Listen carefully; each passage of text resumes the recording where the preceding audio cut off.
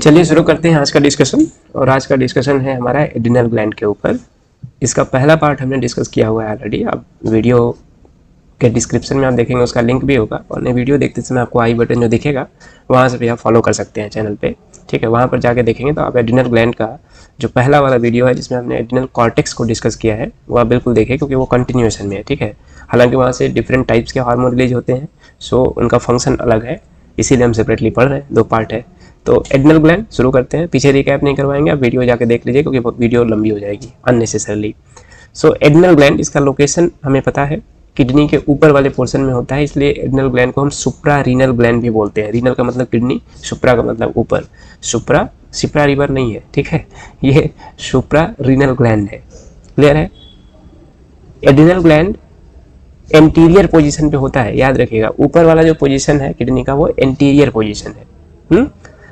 Adrenal gland को अगर आप टीएस काटते हैं, ठीक है, तो उसमें 2 पार्ट आपको दिखेंगे, क्लियरली विजिबल होंगे। सबसे बाहर की लेयर जो कवर करती है एड्रिनल ग्लैंड को, उसको हम कैप्सूल बोलते हैं, पहले भी देखा है। ऊपर वाला रीजन जो होता है वो एड्रिनल कॉर्टेक्स होता है। नॉर्मली हम कॉर्टेक्स या कॉर्टिकल रीजन कभी भी रूट में भी आप एनाटॉमी अगर देखेंगे तो एपिडर्मिस के बाद कॉर्टिकल रीजन आपको देखने को मिलता है। ठीक है, फिर लास्ट में एंडोडर्मिस होती है और उसके अंदर साइड में वैस्कुलर बंडल्स होते हैं।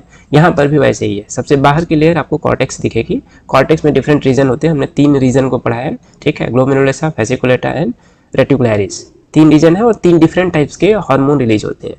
Similarly adrenal medulla central portion है, ठीक है, डार्क ब्राउन कलर का होता है, सेंट्रल पोर्शन है, और यहाँ से भी हार्मोन रिलीज होते हैं। और यहाँ से रिलीज होने वाले हार्मोन को क्या बोलते हैं?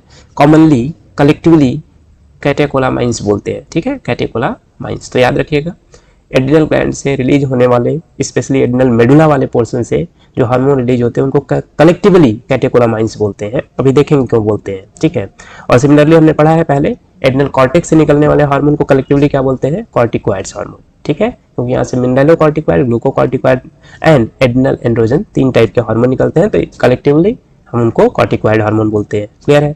ये स्ट्रक्चर ध्यान रखिएगा, सेंट्रल पोर्शन की हम बात कर रहे हैं। क्लियर है? ये है एनाटॉमी ऑफ एड्रिनल मेडुला। हमने बताया डार्क ब्राउन कलर होता है, और इस ग्लैंड के अंदर छोटे छोटे ग्रेन्यूल्स के फॉर्म में सेल्स होते हैं, जिनको हम क्रोमाफिन सेल्स बोलते हैं। क्रोमाफिन सेल्स आई कहाँ से है? क्रोमाफिन सेल्स आई कहाँ से है? ये आती हैं जो न्यूरल क्रेस्ट होता है, अगली स्लाइड में आपको दिखेगा। यहाँ पे हमने ये बता दिया है क्या, कैटेकोलामाइंस इनको कलेक्टिवली बोलते हैं, और ये इंडोक्राइन ग्लैंड है, तो ये अपना हार्मोन ब्लड में रिलीज करेंगे। ब्लड सर्कुलेटरी सिस्टम के थ्रू ही ये क्या करेंगे? डिस्ट्रीब्यूट होंगे बॉडी में जहाँ पे भी जरूरत है। ठीक है, जो इफेक्टर ऑर्गन होंगे जिसपे ये वर्क करेंगी। क्लियर है? और नेम कहाँ से आया है क्रोमाफिन सेल्स का? क्योंकि इसमें जो ग्रेन्यूल्स होते हैं, ठीक है, इस सेल्स के अंदर ग्रेन्यूल्स होते हैं, वो क्रोमियम साल्ट का एक्सपोजर होता है तो डार्किन कलर के हो जाते हैं, मतलब कलर चेंज होता है, इसलिए हम इसको क्रोमाफिन सेल्स बोलते हैं। क्लियर है? इतनी चीजें। और रिस्पॉन्स कब होता है? इनका मेन रिस्पॉन्स होता है इमरजेंसी के टाइम पे। नॉर्मली जब डेंजरस सिचुएशन होती है, अनएक्सपेक्टेड अचानक से कोई चीज हो रही है डेंजरसली, ठीक है, उस टाइम पे रिस्पॉन्ड करते हैं, इसलिए इनको हम फाइट और फ्लाइट रिस्पॉन्स बोलते हैं। मतलब इनके हार्मोन जो रिलीज हो रहे हैं, जो प्रोड्यूस हो रहे हैं, ठीक है, उनका जो एक्शन होता है, जो फंक्शन होता है, फ्लाइट और फ्लाइट कंडीशन में होता है। फ्लाइट का मतलब भागना, फाइट का मतलब लड़ना। ठीक है, सो दोनों है। और दूसरा एक टाइप का हार्मोन रिलीज करते हैं जिनको हम बोलते हैं एनकेफेलिन्स। ठीक है, इनका मेन फंक्शन होता है पेन कंट्रोल में। क्लियर है? क्लियर है कि नहीं? कैटेकोलामाइंस में एक्चुअली में 2 हार्मोन होते हैं, वो हम अभी लेटर पार्ट में देखेंगे। क्रोमाफिन सेल्स ये आई कहाँ से है एड्रिनल मेडुला में? हमारी बॉडी में स्टेम सेल का आप नाम सुने होंगे। जब बॉडी का डेवलपमेंट शुरू होता है एम्ब्रियोनिक स्टेज में और लेटर स्टेज में, जब फुल बॉडी डेवलपमेंट होता है, तो एम्ब्रियोनिक स्टेज में न्यूरल क्रेस्ट एक सिचुएशन या कंडीशन बनती है। न्यूरल क्रेस्ट क्या होता है? जब स्पेशली ब्रेन का फॉर्मेशन होता है, पूरा न्यूरल सिस्टम या नर्वस सिस्टम का फॉर्मेशन चल रहा होता है, तो न्यूरल क्रेस्ट में ग्रुप ऑफ सेल्स है। ठीक है, ग्रुप ऑफ सेल्स हैं, एक साथ रहती हैं, और वहां से पूरी बॉडी में, मतलब सेल्स ना मैक्सिमम जगह पे क्या होती हैं? डिसेंड होती हैं। सिमिलरली ये भी आया है, क्रोमाफिन सेल्स भी कहां से डिसेंड हुआ है? एम्ब्रियोनिक न्यूरल क्रेस्ट से। वो एक्चुअली में क्या है? एक्चुअली में स्टेम सेल्स होती हैं, बॉडी की स्टेम सेल्स होती हैं, तो दे आर मल्टीपोटेंट। मल्टीपोटेंट का मतलब इनकी पोटेंसी होती है ना डिफरेंट ऑर्गन को बनाने की। हमने पढ़ा है पहले कि जाइगोट जो होता है वो टॉटिपोटेंट नेचर का होता है। टॉटिपोटेंसी हम टर्म यहाँ पे यूज करते हैं या कहीं पे भी, तो टॉटिपोटेंसी का मतलब ये होता है ऐसा सेल, ऐसा स्ट्रक्चर जो कि पूरे के पूरे ऑर्गेनिज्म को वो बना दे। वैसे केस में हम जाइगोट को देखते हैं, टोटिपोटेंट सेल है, सिंगल सेल स्ट्रक्चर एनिमल के केस में मिलता है। सेक्सुअल रिप्रोडक्शन का ये क्या है, सबसे पहला स्टेज है जाइगोट फॉर्मेशन, जब male gamete and female gamete fuse होते हैं। यही जाइगोट क्या करता है, एम्ब्रियो बनाएगा, एम्ब्रियो डेवलपमेंट होगा, ठीक है, उसके बाद फुल बॉडी डेवलप होगी एम्ब्रियो से, ठीक है। तो यहाँ पर भी, यहाँ पर इसको हमने बोला क्या, मल्टीपोटेंट सेल होता है, ठीक है। कौन सा, न्यूरल क्रेस्ट। मल्टीपोटेंट का मतलब क्या है, ये हो सकता है कि एडिनल मेडुला में पहुंच के पर्टिकुलर सेल टाइप बना रहा है, दूसरी जगह जाएगा तो वो दूसरे सेल टाइप बनाएगा, टिश्यू बनाएगा, मतलब अलग अलग जहां पे जिसका जो फंक्शन है यहाँ से डिसेंड होगा तो होगा, ठीक है। एपिडर्मल मतलब सेल्स होती हैं, एक साइड में न्यूरल क्रेस्ट पे आप इकट्ठा हुआ रहता है, ये क्लियर है। ग्रुप ऑफ सेल्स है, बस ये ध्यान रखिएगा, क्लियर है कि नहीं। सो ये इम्ब्रियो जब डेवलपमेंट होता है ना, थ्रू आउट द इम्ब्रियो जो है यहाँ से सेल्स जो है निकल के जाती है न्यूरल क्रेस्ट से, जस्ट रिमेंबर दिस। यहाँ पे और ज्यादा डिटेल नहीं पढ़ना है तो हम नहीं पढ़ा रहे क्योंकि डिफिकल्ट होता जाएगा, जितना मैं डिटेल में घुसूंगा उतना ही डिटेल ये होता जाएगा। सो एडिनल मेडुला को अगर हम देखेंगे तो ये इंटीग्रल पार्ट किसका है, सिंपैथेटिक नर्वस सिस्टम का। सिंपैथेटिक नर्वस सिस्टम का ये क्या है, इंटीग्रल पार्ट है। मीनिंग क्या है, अगर सिंपैथेटिक नर्वस सिस्टम को कोई सिग्नल मिलता है, इंपल्स मिलता है, तो वो डायरेक्टली क्या आएगा, कहाँ आएगा, इन्फॉर्मेशन लेके एड्रेनल मेडुला के पास आएगा हार्मोन रिलीज कराने के लिए। तो इफेक्टिवली और इसेंशियली अगर हम बात करें तो ये न्यूरोसेक्रेटरी सेल जैसे हाइपोथैलेमस में था वैसे ही काम करता है। इसीलिए इस सिस्टम को हम क्या बोलते हैं, ओवरऑल सिंपैथो एडिनल सिस्टम। क्यों, sympathetic nervous system and adrenal gland मिलकर एक सिस्टम बनाते हैं जिनको हम सिंपैथो एडिनल सिस्टम बोल रहे हैं। The chromaffin granules contain the hormone of adrenal medulla, which include dopamine, norepinephrine and epinephrine। हमने वहां पर बोला कि कैटेकोलामाइंस में डिफरेंट टाइप्स के हार्मोन होते हैं, तो इसमें हम बेसिकली नॉरएपिनेफ्रिन एंड एपिनेफ्रिन या नॉरएड्रेनलिन एंड एड्रेनलिन की बात करते हैं। डोपामिन यहाँ से भी रिलीज होता है, डोपामिन हाइपोथैलेमस से भी रिलीज होता है, ये बॉडी को रिलैक्स कराने का काम करता है, ठीक है। या बहुत सारी डेंजरस सिचुएशन होती है जब वो खत्म होती है, ठीक है, उस पर्टिकुलर टाइम पीरियड होता है, किसी स्ट्रेस की कंडीशन में बॉडी चल रही बहुत ज्यादा, तो उस टाइम पे जब वो स्ट्रेस रिड्यूस होता है, खत्म होता है, तब डोपामिन भी रिलीज होता है, वही उसका काम है, ठीक है। So when stimulated by sympathetic nervous impulse or sympathetic system, chromaffin granules are released from the cell by exocytosis। Exocytosis का मतलब सेल से बाहर आना, ठीक है, हमने पढ़ा है पहले ही। जो नर्व एंडिंग्स होती हैं, हमने जो सिनेप्टिक नॉब्स के बेसिस पे न्यूरोट्रांसमीटर्स का ट्रांसमिशन पढ़ा था सिग्नल का, उसमें पढ़ा था। And the hormone enter the circulation, क्योंकि एंडोक्राइन ग्लैंड है, इनमें डक्ट्स नहीं होती हैं, तो ये डायरेक्ट अपने जो केमिकल्स होते हैं उनको ब्लड में रिलीज करती हैं, ओके। जिन इफेक्टर ऑर्गन पे इनको काम करना होता है वहां पे इनके रिसेप्टर्स होते हैं, they receive the information and they act accordingly, clear है। This is why adrenal medulla is a neurohemal organ. Neuron से रिलेटेड है, सिंपैथेटिक नर्वस सिस्टम, हीमल का मतलब सर्कुलेटरी सिस्टम है, blood circulatory system, simple, clear है।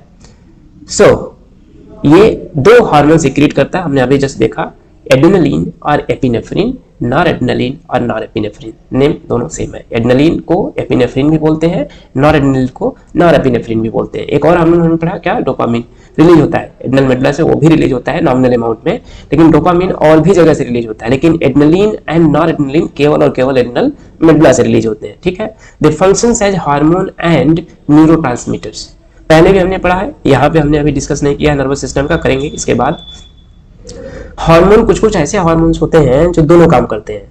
Hormones actually में क्या होते हैं, इनको हम प्राइमरी मैसेंजर बोलते हैं या केमिकल मैसेंजर होते हैं, मतलब they are chemical which give the message to particular organ to act accordingly. जैसे मान लीजिए पिट्यूटरी ग्लैंड कोई हार्मोन रिलीज कर रही है, प्रोलैक्टिन, इसका मतलब क्या है कि कंसीव बेबी जो है, मतलब फर्टिलाइजेशन हो चुका है, ठीक है, एम्ब्रियो डेवलपमेंट हो रहा है और काफी स्टेज हो रही है, तो उस टाइम पे मेमोरी जो ग्लैंड है फीमेल के केस में वो डेवलप होना चाहिए, ठीक है। और मेमोरी ग्लैंड डेवलप हो रहा है तो उसमें मिल्क ग्लैंड डेवलप होनी चाहिए, मिल्क फॉर्मेशन भी होना चाहिए, तो वो हार्मोन रिलीज करेगा, ठीक है।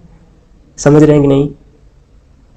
ओव्यूलेशन हो गया, कार्पस ल्यूटियम बन गया, प्रोजेस्टेरॉन सिक्रीट होना शुरू हो जाएगा, तब तक सिक्रीट होगा अगर फर्टिलाइजेशन हो जाए उसका और फिर से वो बेबी बनना शुरू हो जाए, ठीक है, डेवलपमेंट शुरू हो जाए, ठीक है, तो वो क्या करेगा, मेंस्ट्रुएशन को सप्रेस करके रखेगा और प्रोजेस्टेरॉन का जो रोल होता है वो पता ही है आपको, क्लियर है। So they function as the hormone as well as the neurotransmitter. Neurotransmitter का मेन फंक्शन क्या होता है, वो फास्ट होते हैं, सिग्नलिंग फास्ट, और वो पर्टिकुलर सिग्नल या पर्टिकुलर इंपल्स को पहले जो हमारा पेरिफेरल नर्वस सिस्टम है, जो हमारे सेंसरी ऑर्गन्स है, वहां से ले जाता है ब्रेन को, जो कि सेंट्रल नर्वस सिस्टम का पार्ट है, ब्रेन और स्पाइनल कॉर्ड, वहां ले जाएगा और ब्रेन उसको प्रोसेस करेगा और फिर से वापस भेजेगा। ये है न्यूरोट्रांसमिशन, ठीक है। तो दोनों में करते हैं, बहुत सारे हार्मोन है, सारे नहीं लेकिन बहुत सारे हार्मोन है जो दोनों फंक्शन परफॉर्म करते हैं, प्ले करते हैं। They are commonly called as catecholamines, पहले देखा। रिस्पॉन्स किस रिस्पॉन्स में प्रोड्यूस होते हैं? फाइट और फ्लाइट रिस्पॉन्स में, क्लियर है। So along with the other hormone they also tell reproductive organs and other organs and tissues to work in different ways. कहने का मतलब जो अदर हार्मोन हमारी बॉडी में रिलीज हो रहे हैं उनके साथ ये मिलके ये बताते हैं डिफरेंट ऑर्गन्स को कि कैसे काम करना है इन अ डिफरेंट वेज, ठीक है। बोथ दी हार्मोन मतलब नॉरएड्रेनालिन एंड एड्रेनालिन और एपिनेफ्रिन एंड नॉरएपिनेफ्रिन दोनों हार्ट रेट को या हार्ट बीट को इंक्रीज कराते हैं। दोनों जो स्ट्रेंथ है हार्ट के कॉन्ट्रैक्शन की उसको बढ़ाते हैं, ठीक है। And the rate of respiration, breathing rate भी बढ़ता है, क्लियर है। कैटेकोलामाइन का और क्या रोल है? कैटेकोलामाइन स्टिमुलेट करते हैं ग्लाइकोजन के ब्रेक डाउन को। अब ग्लाइकोजन ब्रेक होगा तो ग्लूकोज बनाएगा, तो इसका मतलब क्या है? जो ब्लड में शुगर का कंसंट्रेशन है, शुगर का लेवल है, वो भी इंक्रीज होगा। जरूरत है इमरजेंसी सिचुएशन में, if you are running very fast, accident हुआ या कुछ ऐसा सिचुएशन क्रिएट हुआ, आपको भागने की जरूरत है, तो you need the glucose, you need the energy, और for that energy you need the glucose. तो ग्लाइकोजन जो हमारी बॉडी में स्टोर्ड है, ठीक है, कहाँ पे स्टोर्ड है? लिवर में स्टोर्ड है सपोज, तो लिवर पे वो एक्ट करेगा, वहां से ग्लाइकोजन को ब्रेक करेगा और ब्लड में ग्लूकोज के लेवल को बढ़ाएगा, क्लियर है। इसके अलावा ये लिपिड एंड प्रोटीन के ब्रेक डाउन को भी क्या करते हैं? स्टिमुलेट करते हैं। अब हम आते हैं स्पेसिफिक फंक्शन पे। कुछ सारे फंक्शन देखिए आपके एनसीईआरटी में मेंशन है, कुछ नहीं मेंशन है तो हम उसको ऐड कर रहे हैं, ठीक है। क्रोमाफिन सेल्स और ये डिटेल एनसीईआरटी की नहीं है, सो प्लीज आप ये चीज ध्यान में रखें। ऐसा नहीं है कि मतलब ये सोच रहे कि नहीं एनसीईआरटी से इसमें पता नहीं क्या पढ़ा रहे हैं, नहीं, ऐसा नहीं, उसी से रिलेटेड है, बट ये थोड़ी सी ज्यादा अंडरस्टैंडिंग के लिए मैं बता रहा हूँ आपको, बस, क्लियर है। So what does epinephrine do? Epinephrine क्या करता है? एपिनेफ्रिन जो डेंजर का रिस्पॉन्स है परसीव करता है, सेंस करता है, कोई डेंजरस सिचुएशन है, कोई बहुत स्ट्रेसफुल सिचुएशन है, और वो एमाइगडाला को ट्रिगर करता है, ठीक है। एमाइगडाला इस सिचुएशन में एमाइगडाला को ट्रिगर करेगा, और एमाइगडाला हम बताएं लिम्बिक सिस्टम का पार्ट है, ब्रेन में हम पढ़ेंगे उसको, ठीक है, जो कि हमारे सारे इमोशंस डिफरेंट टाइप्स का, चाहे हैप्पी का हो, चाहे क्राइंग का हो, चाहे सैड का हो, चाहे डेंजर का हो या एंगर का हो, any emotions are controlled by the amygdala limbic system, ठीक है। सो एमाइगडाला ट्रिगर करता है हाइपोथैलेमस को, किसके लिए? एक्टिवेट करने के लिए ऑटोनॉमिक नर्वस सिस्टम को, जो कि पार्ट किसका है? पैरासिम्पैथेटिक नर्वस सिस्टम का। हम पढ़ेंगे दो सिस्टम पढ़े हैं, पैरासिम्पैथेटिक का नहीं, पेरिफेरल का, ठीक है, पेरिफेरल का, क्योंकि हम दो नर्वस सिस्टम के पार्ट पढ़े हैं। अगर देखेंगे उसमें तो एक क्या होता है? सेंट्रल नर्वस सिस्टम होता है, पेरिफेरल नर्वस सिस्टम। सेंट्रल का मतलब ये ब्रेन हो गया, और स्पाइनल कॉर्ड जो पीछे है, पूरा खोपड़ा और पीछे। इसके अलावा जो भी सिस्टम है जो वहां से लिंक है, हाथ में हो गया, पैर में हो गया, बाकी बॉडी की स्ट्रक्चर जो है, सो वो पेरिफेरल नर्वस सिस्टम के पार्ट होते हैं। और पेरिफेरल नर्वस सिस्टम में भी दो पार्ट है, ठीक है। एक होता है सोमैटिक, एक होता है ऑटोनॉमिक। सोमैटिक क्या होता है? सोमैटिक होता है जो हमारी वॉलंटरी मूवमेंट कराता है हमारे मस्कुलर में, जैसे ये मूवमेंट हम कर रहे हैं ये, ठीक है, ये वॉलंटरी मूवमेंट है। मसल्स है हमारी स्केलेटल मसल, उसमें वॉलंटरी मूवमेंट किससे होता है? सोमैटिक नर्वस सिस्टम से होता है। ऑटोनॉमिक नर्वस सिस्टम के दो पार्ट होते हैं, sympathetic and parasympathetic. Sympathetic nervous system हमेशा किसी भी डेंजरस सिचुएशन के अगेंस्ट में रिस्पॉन्ड करता है, ठीक है। स्ट्रेसफुल सिचुएशन होगी उसके अगेंस्ट में रिस्पॉन्स करेगा। पैरासिम्पैथेटिक कंडीशन, जब ये स्ट्रेसफुल कंडीशन और डेंजरस कंडीशन रिड्यूस होती है, स्लो डाउन होती है, then it reduces and relaxes the body system. लेकिन दोनों केसेस में हार्ट बीट बढ़ती है, ध्यान रखिएगा, क्लियर है। सो यहाँ पे यही लिखा हुआ है, signal from ANS means autonomic nervous system stimulate the adrenal gland to start pumping the epinephrine into the blood stream. People often refers to the surge of epinephrine as adrenaline rush. जब आपकी body में बहुत ज्यादा adrenaline का secretion होने लगता है तो उसको हम बोलते हैं एड्रेनलिन रश, ठीक है। और इसी को हम क्या बोलते हैं? फाइट और फ्लाइट रिस्पॉन्स। ये बॉडी का रिस्पॉन्स होता है। तो इसमें बहुत सारी सिचुएशन हमारी बॉडी में इमीडिएट चेंज होती हैं, और आप किसी भी एक डेंजरस सिचुएशन को बस इमेजिन कर लीजिए, यू विल नो कि एड्रेनलिन रश क्या होता है और इसमें क्या रिस्पॉन्स होता है। करने का मतलब नॉर्मल सा है, जब बहुत स्ट्रेसफुल सिचुएशन होती है या बहुत अनएक्सपेक्टेड जो निगेटिव न्यूज आपने सुन लिया, तो क्या होता है? आप खाना भी ना खाए हैं, फिर भी डाइजेशन की एक्टिविटी रुक जाएगी, आपको भूख नहीं लगेगी उस टाइम पे अगर खाना नहीं भी खाए हैं तो, क्लियर है। बाकी एक्टिविटी जो कि नीडेड है, पेरिफेरल ब्लड सप्लाई बढ़ जाएगी, आपका फेस जो है रेड हो सकता है, चेहरा रेड हो सकता है, बाकी जगह चीजें, ठीक है। आपका रिस्पॉन्स बाकी चीजों के लिए फास्ट हो जाएगा। रनिंग की बात है तो आप रन बहुत तेजी से करेंगे, क्योंकि ब्लड सप्लाई या जो भी चीजें हैं, एनर्जी सारी आपके पैरों में सबसे ज्यादा जाएगी, मसल्स में ज्यादा जाएगी, क्लियर है। ये रिस्पॉन्स होता है adrenaline rush. Tyrosine is the precursor amino acid. Epinephrine के लिए टायरोसिन जो है प्रिकर्सर है, और इसी से फिर नॉरएपिनेफ्रिन भी बनता है, इसीलिए नाम है इसका, मेथाइलेशन होता है I think, if I am not wrong, आप एक बार चेक करिएगा, मैं खुद भी चेक कर लूंगा अगले वीडियो में। ओके, सो एपिनेफ्रिन एक्टिवेट क्या कैसे फंक्शन करता है, ये देखिए एक्स्ट्रा इन्फॉर्मेशन है, please sit down and study and read, focus करिए बस, सुनते रहिए बस थोड़ा सा। Epinephrine activates the alpha and beta adrenoreceptors in the cells of various body organs and tissue, including the heart, lung, muscles, blood vessels, etc. The release of epinephrine into the bloodstream brings about several physiological changes. क्या क्या changes लाएगा, जैसे heart rate increase हो जाएगी, blood flow बढ़ जाएगा, breathing faster हो जाएगी, ब्लड ग्लूकोज लेवल बढ़ जाएगा, बताया मैंने आपको कि एनर्जी की रिक्वायरमेंट बढ़ जाएगी, बाकी जो आपकी फिजिकल परफॉर्मेंस है वो बढ़ जाएगी। आपके सामने सांप आ गया, ऐसे भगा रहा है अचानक से, या आपको चोर पीछे से दौड़ा रहे हैं, तो आप वहाँ पे क्या करो, रुक के ऐसे मस्ती करोगे, गाना गाओगे ना, भागोगे तो मसल्स, आपको पैरों की मसल्स में जो ब्लड है और बाकी एनर्जी है वो सप्लाई बढ़नी चाहिए, उसकी स्ट्रेंथ भी बढ़नी चाहिए, तो ये इमीडिएट स्ट्रेंथ बढ़ाने का काम करता है। इवन आप कितने भी टायर्ड होंगे, आप अचानक से भागेंगे उठ के बहुत स्पीड में, फुल स्पीड, ऐसी स्पीड जो कभी आपने शायद अचीव नहीं की होगी, ठीक है। That is the thing which epinephrine और एड्रेनलिन डू। क्लियर है, ये देखिए आपका बेसिक सिस्टम है, जैसे ये काम कैसे करता है। Epinephrine stimulated by CAMP synthesis.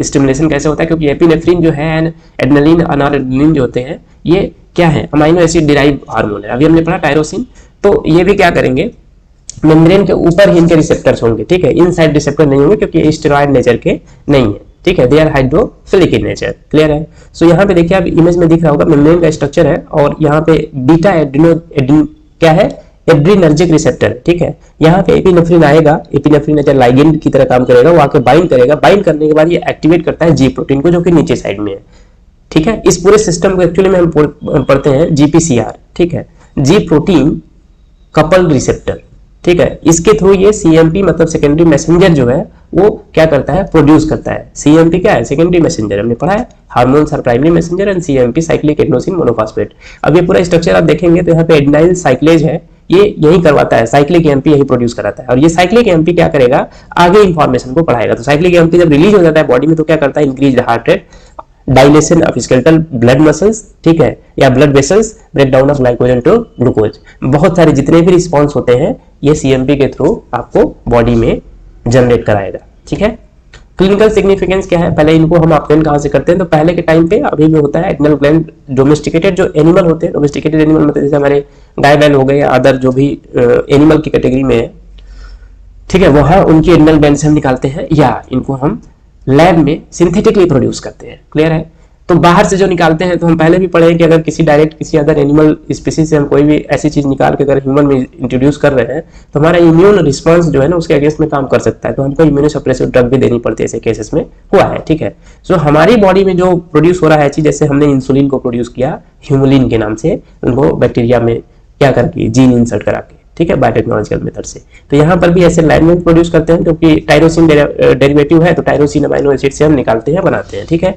Epinephrine में be injected into the heart during the cardiac arrest. ये क्लिनिकल सिग्निफिकेंस आपने कभी देखा होगा, ऐसे नहीं देखा होगा तो मूवीज में देखा होगा कि हार्ट बीट रुक गई ऐसे अचानक से, ठीक है, इंजेक्शन ला कैसे ठोक देते हैं एकदम ऐसे पक से, ऐसे मारते हैं ना पक से, तो डायरेक्ट हार्ट में इंजेक्ट करते हैं और इमीडिएटली एकदम ऐसे आदमी ना चौकन्ना हो जाएगा, भागने लगेगा। नॉर्मली जब हम मूवीज में दिखाता है ऐसे ऐसे कहा, जब लड़ाई वड़ाई होती है कुछ हॉलीवुड की फिल्म हम देखेंगे तो एड्रेनलिन लेके रखते हैं, ऐसे मार लेते हैं, बहुत चोट वोट लग गई, बहुत सारी चीज़ें हो गई हैं, मूव करना पॉसिबल नहीं है, उसके बाद भी आपको भागना है, लड़ना है, तब ऐसा सीन क्रिएट किया जाता है। इसके अलावा एनाफाइलेक्सिस के केस में या एनाफाइलेक्टिक शॉक अगर होता है तो, मतलब किसी भी चीज़ से अगर बहुत तगड़ी एलर्जी हो गई, जैसे हड्डा जो होता है ना, मध्य जो होते हैं, वास्प जो होते हैं, उनके डंग से, उनके काटने से हो गया, बिच्छू काट लिया आपको, या अदर फूड आपने खा लिया, पॉलन एनर्जी हो गई, बहुत ज्यादा इम्यून रिस्पांस आपकी बॉडी ने दे दिया, ठीक है, एक्सेस में, उस केस में हम एड्रेनलिन का यूज करते हैं, ठीक है। कॉर्टिसोन में यूज किया जाता है, लेकिन ये भी यूज करते हैं, जैसे यहाँ पे दिया है certain drugs, insect venom and foods, जैसे नट हो गया, शेलफिश हो गया, एक्सेट्रा, बहुत सारे। It is also occasionally used in emergency treatment of asthma. बहुत ज्यादा अगर हाई लेवल का अस्थमा हो रहा है, ठीक है, रुक नहीं रहा है, रिड्यूस नहीं हो रहा है, तो उस टाइम पे भी यूज करते हैं, ठीक है। ये क्या करता है, स्मूथ मसल जो होती है हमारी एयरवेज, उसको रिलैक्स करता है, तो हमें सांस लेने में आसानी हो जाती है। ग्लाउकोमा का ट्रीटमेंट में भी ये करता है। ग्लाउकोमा क्या है, एक्चुअल में ये इंट्राऑकुलर प्रेशर को बढ़ा देता है। इंट्राऑकुलर प्रेशर में एक्चुअली में जब हम आई के स्ट्रक्चर को देखेंगे तो उसमें दो पार्ट होते हैं। आउटर पार्ट जो होता है उसमें एक लिक्विड होता है जिसको एक्वस ह्यूमर बोलते हैं, एक्वस ह्यूमर। जो पीछे के साइड में होता है उसमें विट्रस ह्यूमर होता है। तो एक्वस ह्यूमर ना का जो प्रोडक्शन है वो यहाँ पे बढ़ जाता है, और प्रोडक्शन बढ़ने की वजह से ऑक्सिलरी मसल से होता है, हमारी आई को अच्छा रखने के लिए होता है और डायलेटेड रखने के लिए होता है, लेकिन एक्सेस में हो गया तो ज़्यादा हो जाएगा प्रेशर, वो हमें ब्लाइंड भी कर सकता है। और ये डिफरेंट रीजन से होता है, दिस इज वन रीजन, ठीक है, this is one reason, clear है। जिसमें क्या ये काम कैसे करेगा, ये करता है, it appears to both decrease the production of aqueous humour and increase its outflow from the eye, thereby lowering the intraocular pressure. तो ग्लाउकोमा के केस में इंट्राऑक्युलर प्रेशर बढ़ जाता है, ये लोअर कराने का काम करता है, ठीक है। दूसरा हार्मोन जो सीक्रेट होता है नॉरएपिनेफ्रिन, ये ऑलमोस्ट इसी का अपोजिट डायरेक्शन में काम करता है। The adrenal medulla produces norepinephrine in response to low blood pressure. अगर हमारी बॉडी का ब्लड प्रेशर कम है उस रिस्पॉन्स में ये प्रोड्यूस होता है, ठीक है। ये क्या करता है, ये वेजो कॉन्स्ट्रिक्शन करवाता है। वेजो कॉन्स्ट्रिक्शन होगा तो क्या होगा, हमने ल्यूमेन को क्या किया, रिड्यूस कर दिया। पहले इतना मोटा ल्यूमेन था, उसको रिड्यूस कर दिया, तो ये प्रेशर जो है ना बढ़ जाएगा, तो ब्लड प्रेशर बढ़ जाएगा, ब्लड फ्लो भी आराम से नॉर्मलाइज हो जाएगा, ठीक है। ये भी क्या करता है, ये स्टिमुलेट करता है अल्फा एडिनो रिसेप्टर्स को, ठीक है, जो हमारी ब्लड वेसल्स पे लाइनिंग, ब्लड वेसल्स की लाइनिंग, इनको एंडोथेलियम बोलते हैं, वहां पे पड़ा हुआ है, ठीक है। It increases heart rate and the blood sugar level, it also increases the heart rate और ब्लड शुगर लेवल, ध्यान रखिएगा। नॉरएपिनेफ्रिन में यूज टू ट्रीट, हमने एपिनेफ्रिन के लिए, एड्रेनलिन के लिए बताया कि किस किस के लिए यूज किया जाता है, ये भी किसके लिए किया जा सकता है, क्रिटिकल हाइपोटेंशन, मतलब आपका ब्लड जो प्रेशर है बहुत रिड्यूस हो गया है, डेंजरसली लो है, ठीक है, पता चला कि 60 पहुंच गया है, 50 पहुंच गया है बीपी, उस केस में इसको दिया जाता है। सेप्टिक शॉक, मतलब आपको इन्फेक्शन बहुत तगड़ा हुआ है और उसकी वजह से ब्लड प्रेशर ड्रॉप हो रहा है, सेप्टिक शॉक कहते हैं ना, सेप्टिक शॉक, अचानक से इन्फेक्शन हुआ है, अचानक से ऐसा सिचुएशन क्रिएट हो गया, ब्लड प्रेशर बहुत डाउन हो गया, उस केस में दिया जाता है। पेरिकार्डियल टैम्पोनेट, इस केस में भी होता है कि लाइफ थ्रेटनिंग अगर कंडीशन होती है जिसमें जो हार्ट की मसल्स है वो फुल्ली एक्सपैंड नहीं होता है, फुल्ली एक्सपैंड नहीं होगा तो क्या होगा, ठीक है, मतलब ऑब्वियस सी बात है, पंपिंग प्रॉपर नहीं कर पाएगा। ये होता कैसे है, एक्चुअली में जो पेरिकार्डियल भरा है, हार्ट की कवरिंग है ना, उसमें जो फ्लूइड है ना ज्यादा भर जाता है, तो प्रेशर उसके ऊपर क्रिएट कर देता है, ठीक है। तो इसका काम क्या है, इस कंडीशन में भी ये हेल्प करने का काम करता है।